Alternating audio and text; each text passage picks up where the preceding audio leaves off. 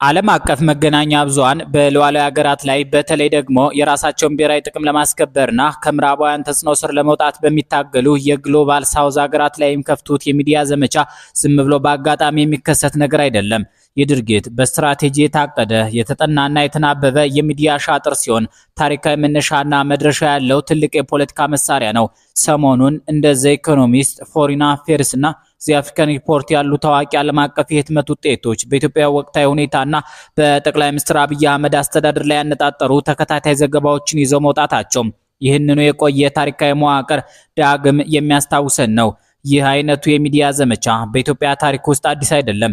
ካለፉት 5 አስርተ ዓመታት ወዲህ የነበሩ የኢትዮጵያ መንግስታት ሁሉ በተለያዩ የታሪክ አጋጣሚዎች የዚህ አይነቱ የሚዲያ ሻጥር ሰለባ ሆነዋል። የሚዲያ ሻጥር በባህሪው የአንድ ሀገር ነባራዊ ሁኔታ ሆን ብሎ በአንድ ወገን ብቻ በመሳል አዎንታዊ ስኬቶችን በማደብዘዝና አሉታዊ ፈተናዎችን ከመጠን በላይ በማጋነን የህዝብን ስነ ልቦና ለመስበርና በዓለም አቀፍ ማህበረሰብ ዘንድ የአገዛዝ ለውጥ ፍላጎትን ለመቀስቀስ የሚቀመር ስልት ነው።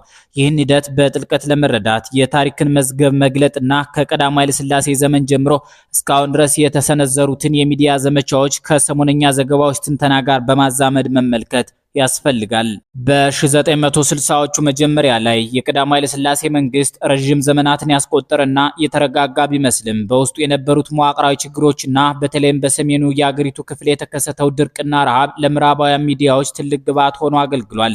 እንግሊዛዊው ጋዜጠኛ ጆናታን ዲምቢልቢ በ1966 ዓ.ም ወደ ወሎ በመጓዝ ድብቁ ረሃብ የተሰኘውን ታዋቂ ዶክመንተሪ ሲሰራ ዓላማው ረሃብተኞችን መርዳት ብቻ አልነበረም። የዶክመንተሪው አቀራረብ ስልታዊ በሆነ መንገድ የተቀነባበረና የአንድን ስርዓት ውድቀት ለማፋጠን የተነደፈ የቪዥዋል ፕሮፓጋንዳ ነበር።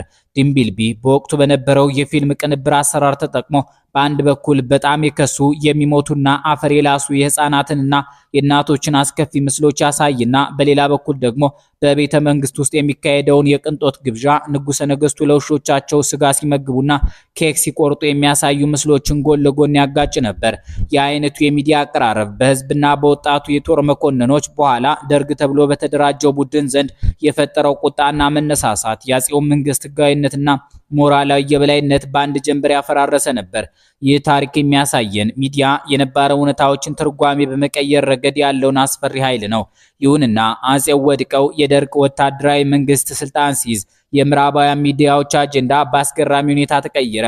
የደርግ መንግስት ፊቱን ወደ ሶቪየት ህብረትና ወደ ኮሚኒስት ርዕዮተ ዓለም ማዞሩን ተከትሎ ምዕራባውያን ሀገራት በተለይም አሜሪካ የአገሪቱን ገጽታ ለማበላሸትና ስርዓቱን ለመናድ የሚዲያ ሻጥርን በከፍተኛ ደረጃ መጠቀም ጀመሩ። እንደ የአሜሪካ ድምጽ ሬዲዮ፣ ቪኦኤ ያሉ የመንግስት የራዲዮ ጣቢያዎች በኢትዮጵያ ውስጥ ያሉትን አማጺ ቡድኖች ድምጽ በማጉላትና የመንግስትን የጦርነት ሽንፈቶች ብቻ በመዘገብ የህዝቡንና የወታደሩን ሞራል የመስበር ስርዓት እየያዙት በ1977 ዓ.ም እንደገና በወሎና በትግራይ አካባቢዎች ታላቅ የረሃብ አደጋ ሲከሰት ምዕራባውያን መንግስታት ስለ አደጋው አስቀድመው መረጃው ነበራቸው። ነገር ግን የደርግን የሶሻሊስት ስርዓት በዓለም ፊት ለማዋረድና በኢኮኖሚ ለማዳከም ሲሉ እርዳታ እንዳይደርስ ስልታዊ በሆነ መንገድ አግደውት ቆዩ። በመጨረሻም ኬንያዊ ፎቶ ጋዜጠኛ ሞሐመድ ሙአሚን አስከፊውን የረሃብ ምስል ቀርጾ ለቢቢሲ ካስተላለፈ በኋላ ዓለም አቀፉ ማህበረሰብ መነቃቃት ቢጀምርም የምዕራባውያን ሚዲያዎች ትረካ ግን ረሃቡን የደርግ የርዕዮተ ዓለምና የፖለቲካ ውድቀት ውጤት ብቻ አድርጎ የመሳል አዝማሚያ ነበረው። እውነታው ግን ከተፈጥሮ አደጋው ባሻገር የምዕራባውያን የጂኦፖለቲካዊ ሴራና እርዳታን እንደ መሳሪያ የመጠቀም አሻጥር ከፍተኛው ሚና ተጫውቷል። ይህ የታሪክ መስመር ሳይቋረጥ ቀጥሎ በቅርቡ በ2014 ዓ.ም በሰሜን ኢትዮጵያ ጦርነት ጊዜ ወደ ላቀ የቴክኖሎጂና የዲጂታል ዘመን ተሸጋገረ። በዚህ ጊዜ እንደ ሲኤንኤን፣ ቢቢሲ እና ኒውዮርክ ታይምስ ያሉ ዓለም አቀፍ የሚዲያ ተቋማት የፈጸሙት የሚዲያ ሻጥር በኢትዮጵያ የታሪክ መዝገብ ውስጥ በጉልህ የሚቀመጥ ነው። በተለይም ሲኤንኤን አዲስ አበባ በአማጽያን ማለትም በህወሓት ልትያዝ ጥቂት ቀናትና ኪሎሜትሮች ብቻ ቀርተዋታል የሚል ፍጹም ከእውነት የራቀ የሐሰት ዜና በተደጋጋሚ በማሰራጨት በዋና ከተማዋ ውስጥ ፍርሃትና ሽብር እንዲነግስ አደረገ። የዚህ ዘገባ ዋና ዓላማ የውጭ ኤምባሲዎችና የዓለም አቀፍ ተቋማት ሰራተኞች በአስቸኳይ ሀገር ጥለው እንዲወጡ በማድረግ በኢትዮጵያ ላይ የኢኮኖሚና የዲፕሎማሲያዊ መገለል መፍጠርና በዚህም የመንግስትን ውድቀት ማፋጠን ነበር። የምዕራባውያን መገናኛ ብዙሃን ሆን ብለው የህወሓትን ወታደራዊ ግስጋሴዎች እያጋነኑና የመንግስትን ኃይሎች ሰብአዊ መብት ረጋጮች አድርገው በመሳል የከፈቱት ስነ ልቦናዊ ጦርነት ኢትዮጵያውያንንና መላው የአፍሪካውያንን ዲያስፖራ ያስቆጣ ነበር። ይህንኑ ተከትሎ ነበር ታሪካዊው የኖሞር በቃ ንቅናቄ የተወለደው። ይህ ንቅናቄ የምዕራባውያንን የተዛባ ትረካና የሚዲያ የበላይነት በዲጂታል መድረክ ላይ ፊት ለፊት የተጋፈጠ የአፍሪካውያንን አንድነትና ሉዓላዊነት ለዓለም ያሳየ ታላቅ ህዝባዊ ኃይል ሆኖ ተመዝግቧል። አሁን ደግሞ በ2026 ዓመተ ምህረት ታሪክ ራሱን በሌላ መልክ እየደገመ ይገኛል። ሰሞኑን የወጡትን ዓለም አቀፍ ዘገባዎች በጥልቀት ስንመረምር በተለይም የግንቦት 24 ቀን 2018 ዓመተ ምህረት አገር አቀፍ ምርጫን መነሻ በማድረግ የቀረቡትን ትንታኔዎች ስንመለከት ያ አስከፊ የሚዲያ ሻጥር ስልቱን ቀይሮ መምጣቱን እንረዳለን። ከነዚህ ዘገባዎች ውስጥ ጠቃሚና መሰረታዊ የትችት ነጥቦችን እየነቀስን ለመተንተን እንሞክር። መጀመሪያ የዘ ኢኮኖሚስት መጽሔትን የአብይ አህመድ ኢምፓየራዊ ራዕይ ዘ ኢምፔሪያል ቪዥን ኦፍ ኢትዮጵያስ አብይ አህመድ የተሰኘውን ዘገባ እንመልከት። ዘገባው በይዘቱ ጠቅላይ ሚኒስትሩን ገና ከልጅነታቸው ጀምሮ ንጉስ ትሆናለህ የሚል የትንቢት ቃል የተነገራቸው በስልጣን ፍላጎትና በትዕቢት የተሞሉ መሪ አድርጎ ለመሳል ይሞክራል። ዘገባው እንዲህ ይላል። ፎርቹን ለአብይ አህመድ ፈገግ ብላለት ነበር። የኖቤል ሰላም ሽልማትን ካሸነፈ በኋላ ግን ውሳኔዎቹ አገሪቱንና የአፍሪካ ቀንድን አደጋ ላይ ጥለዋል። የአይነቱ አቀራረብ የግለሰባዊ ስብና ማጥፋት ወይም ካራክተር አሳሲኔሽን ስልት ሲሆን የአንድን ሀገር መሪ ፖሊሲዎችና ብሔራዊ ስትራቴጂዎች ወደ ግላዊ የስነ አእምሮ ፍላጎትና ህልም ዝቅ አድርጎ የመመልከት የተለመደ የምዕራባውያን ንቀት መገለጫ ነው። በተለይ በዚህ ዘገባ ውስጥ የሚገኘው ትልቁና ጠቃሚው የትንተና ነጥብ ሚዲያው የኢትዮጵያን የስንዴ ልማትና የምግብ ዋስትና ጥረት የተመለከተበት መንገድ ነው። ዘ ኢኮኖሚስት በሌላኛው ዘገባው ዘ ኒው ኢምፔረር በተሰኘው ላይ የብልጽግና ፓርቲ የስንዴ ዘለላን የምርጫ ምልክቱ አድርጎ መጠቀሙንና የአዲስ አበባ ከንቲባ ከእንግዲህ ለምግብ እርዳታ የውጭ ሀገራትን አንለምንም ራሳችንን እንችለናል ማለታቸውን ይጠቅሳል። ነገር ግን ሚዲያው ይሄንን ታሪካዊና አዎንታዊ ስኬት የምግብ ሉዓላዊነት ብሎ ከማመስገን ይልቅ ከብልጽግና ቲዮሎጂ ወይም ፕሮስፐሪቲ ጎስፔል ጋር በማያያዝ ይህ ስኬት ከእውነታ የራቀና ህዝብን ለማታለል የተፈጠረ የፖለቲካ ትረካ ነው በማለት ለማጣጣል ይሞክራል። ይህ ነጥብ በጣም ወሳኝ ነው። ምክንያቱም ምዕራባውያን ሀገራት ኢትዮጵያን ሁልጊዜም በረሃብ፣ በእርዳታ ጠባቂነትና በድህነት ምስል ውስጥ ብቻ ማየት ይፈልጋሉ። አንዲት ሀገር በምግብ ራሷን መቻል ጀመረች ማለት የምዕራባውያን የእርዳታ ድርጅቶችና የፖለቲካ ጫና ማሳደሪያ መሳሪያዎች አቅም ያጣሉ ማለት ነው። ስለዚህ ስንዴንና ግብርናን የመሰለ ስትራቴጂካዊ የኢኮኖሚ ስኬት ሳይቀር በሚዲያ ዘገባዎች ውስጥ እንደ የትዕቢትና የራስ ምስል የመገንቢያ መሳሪያ ተደርጎ መቅረቡ የሚዲያዎቹን የተደበቀ የጂኦፖለቲካዊ አጀንዳ ቁልጭ አድርጎ ያሳያል። በሁለተኛ ደረጃ የፎሪን አፈሪስ መጽሔትን የእርስ በርስ ጦርነቱ ገና አልተጠናቀቀም የሚለውን ሰፊ ሀተታ እንመልከት።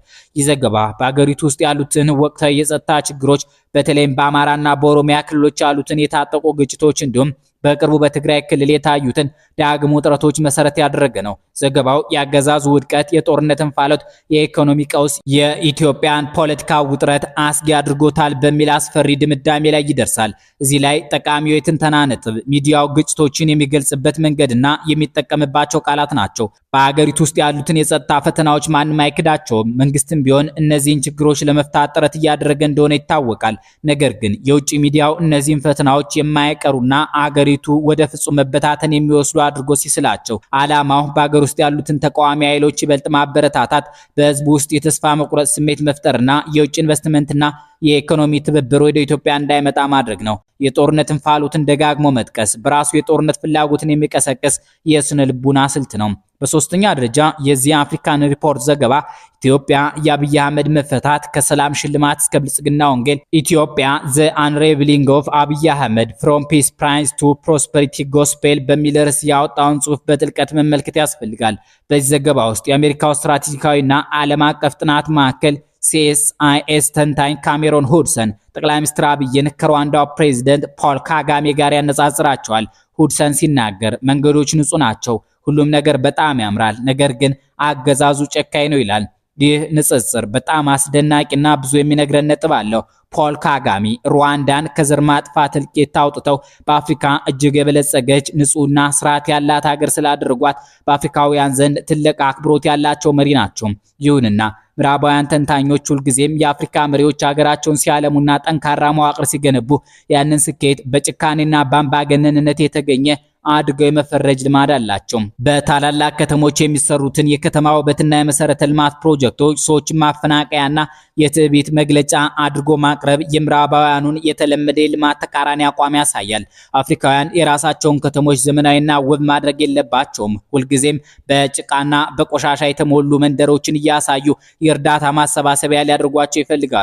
ጠቅላይ ሚኒስትሩ እነዚህን ታላላቅ የዘመናዊነት ፕሮጀክቶች በድፍረት መተግበራቸው ሚዲያዎቹ ሁብሪስ ወይም ትዕቢት ብለው እንዲጠሩት ምክንያት ሆኗል። በተጨማሪም በዚሁ ዘገባ ላይ ጋዜጠኛ ቶም ጋርድነር ዘ አብይ ፕሮጀክት በተሰኘው መጽሐፉ ላይ ተመርኩዞ የሰጠው አስተያየት ይጠቀሳል። ጋርድነር አብይ ራሱን መለኮታዊ ተልዕኮ እንዳለው መሳሪያ አድርጎ ነው የሚያየው፣ ይህ ደግሞ ለተቃውሞ ቦታ አይሰጥም ይላል። ይህ ትንተና የፖለቲካ መሪዎችን ሃይማኖታዊ እምነትና ባህላዊ እሴት እንደ ፖለቲካዊ አደጋ የመቁጠር አውሮፓዊ አስተሳሰብ ነው። በኢትዮጵያ ታሪክ ውስጥ ነገስታቱም ሆኑ መሪዎቹ ከሀገሪቱ ጠንካራ ሃይማኖታዊና ባህላዊ መሰረቱ ውጭ ሆነው አያውቁም። መሪዎቹ ለሀገራቸው ያላቸውን ራዕይና እምነት ከፈጣሪና ከሀገራዊ ተልዕኮ ጋር ማያያዛቸው በኢትዮጵያ ማህበረሰብ ዘንድ የተለመደና ተቀባይነት ያለው እሴት ሆኖ ሳለ የውጭ ተንታኞች ግን ይህንን እንደ ዲሞክራሲያዊ ያልሆነ አእምሮ መግለጫ አድርገው ሊያቀርቡት ይሞክራሉ። እነዚህን ሁሉ ዘገባዎች በጥቅሉ ስንገመግማቸው የምናገኘው አንድ ወጥ የሆነ ትረካ አለ። የኢትዮጵያን መንግስትና መሪውን ፍጹም ብቸኛ አምባገነንና በዙሪያው ካሉ ሀገራት በተለይም ከኤርትራ ጋር ግጭት የሚፈልግና አገሪቱን ወደ ጥፋት እየመራት ያለ አድርጎ መሳል። የአይነቱ የሚዲያ አቀራረብ ከምርጫው ጊዜ ጋር መገጣጠሙ ደግሞ ፍጹም ፖለቲካዊ መሆኑን ያረጋግጣል። ምርጫው በፈረንጆቹ ሰኔ 1 ቀን 2026 ዓ.ም ሊካሄድ ጥቂት ቀናት ሲቀሩት የኢትዮጵያ ሕዝብ በመንግስቱ ላይ እምነት እንዲያጣና በምርጫው ሂደት ላይ ጥርጣሬ እንዲፈጠር ለማድረግ ሆን ተብሎ የተለቀቀ የፕሮፓጋንዳ ማዕበል ይመስላል። ይህንን የሚዲያ ዘመቻ አስመልክቶ የኢትዮጵያን ምላሽና አስተያየት በጣም የሚደነቅና የበሰለ ነው። በአሁኑ ወቅት የኢትዮጵያ ሕዝብ ካለፉት የታሪክ አጋጣሚዎች በተለይም ከ2014ቱ የሰሜኑ ጦርነትና ከኖሞር ንቅናቄ ብዙ የተማረ በመሆኑ የውጭ ሚዲያዎችን አጀንዳ በቀላሉ የመለየትና የመተንተን ብስለት አሳይቷል። በማህበራዊ ሚዲያዎች ላይ የሚንጸባረቁት የዜጎች አስተያየቶች ይህንኑ በግልጽ ያሳያሉ። በአንድ በኩል በርካታ ኢትዮጵያውያን እነዚህን ዘገባዎች የሉዓላዊነት መደፈርና የሀገርን ገጽታ የማበላሸት ሴራ አድርገው ይመለከቱታል። ምንም ነገር ከዓለም አቀፉ ማህበረሰብ ሊሸሸግ አይችልም እያሉ የውጭ ሚዲያዎችን ትረካ ያለምንም ማጣሪያ የሚያስተጋቡ ጥቂት ወገኖች ቢኖሩም አብዛኛው የህዝብ አስተያየት ግን የውጭ ኃይሎችን ጣልቃ ገብነት በጽኑ የሚያወግዝ ነው። እነዚህ ሚዲያዎች ስንዴ መለመን ስላቆምንና ራሳችንን መቻን ስለጀመርን ነው ያበዱት የሚሉ አስተያየቶች በስፋት ይደመጣሉ። ኢትዮጵያውያን የውጭ ሚዲያዎች ስለ ሰብአዊ መብትና ስለ ዲሞክራሲ የሚያወሩት ለኢትዮጵያ ህዝብ አስበው ሳይሆን የራሳቸውን ፍላጎት የሚያስፈጽምላቸውና ለነሱ ታዛዥ የሚሆን ደካማ መንግስት ለመፍጠር መሆኑን ጠንቅቀው ያውቃሉ። በሌላ በኩል ህዝቡ በውጭ ሚዲያዎች ላይ ያለው ጥንቃቄ እንደተጠበቀ ሆኖ በውስጣዊ ፈተናዎች ላይም የራሱን ሚዛናዊ ትችት ይሰጣል። በርካታ ዜጎች እንደሚያመለክቱት በአገሪቱ ውስጥ ያሉትን እውነተኛ ችግሮች፣ የኑሮ ውድነትን፣ በአካባቢው ያሉትን ግጭቶችና የዜጎችን መፈናቀል መንግስት በልዩ ትኩረትና በሰላማዊ የውይይት መድረኮች ሊፈታቸው ይገባል። የውስጥ አንድነታችንን ማጠናከርና ለህዝቡ ጥያቄዎች ተገቢው ምላሽ መስጠት የውጭ ጠላቶችና የሚዲያ አንሻጥር ፈጣሪዎች ቀዳዳ እንዳያገኙ የሚያደርግ ዋናው መከላከያ መሆኑን ዜጎች በከፍተኛ ኃላፊነት ስሜት ይገልጻሉ። ታሪክ ሁልጊዜም ለሚያስተውል ትልቅ መምህር ነው። ከ1966ቱ የጆናታን ዲምቢልቢ ዶክመንተሪ፣ ከ1977ቱ የሙሐመድ ሙአሚን የረሃብ ምስሎች፣ ከ2014ቱ የነሲኤንኤን የሐሰት ፕሮፓጋንዳ እስከ 2026ቱ የዘ ኢኮኖሚስትና የፎሪን አፌርስ ስልታዊ ዘመቻዎች ድረስ የምንረዳው አንድ ትልቅ እውነት አለ። የዓለም አቀፍ ሚዲያዎች አጀንዳ የሚቀያየረው በሰብአዊነት መርህ ላይ ተመስርቶ ሳይሆን በዓለም አቀፍ የኃይል ሚዛንና በጂኦፖለቲካዊ ጥቅሞች ላይ ተመስርቶ ነው። ኢትዮጵያ እንደ ጥንታዊትና ሉዓላዊት ሀገር የራሷን የውስጥ ፈተናዎች በራሷ ልጆች ጥበብና አስተዋይነት የመፍታት ሙሉ አቅም አላት። የውጭ መገናኛ ብዙሃን የሚነፉት የፕሮፓጋንዳ ንፋስና የሚፈጽሙት የሚዲያ ሻጥር የኢትዮጵያን ሕዝብ አንድነት ከመፈተንና ይበልጥ ነቅቶ እንዲቆም ከማድረግ ባለፈ የሀገሪቱን የነጻነትና የብልጽግና ጉዞ ሊያስቆመው አይችልም። አበቃን። ሰላም ይስጥልን።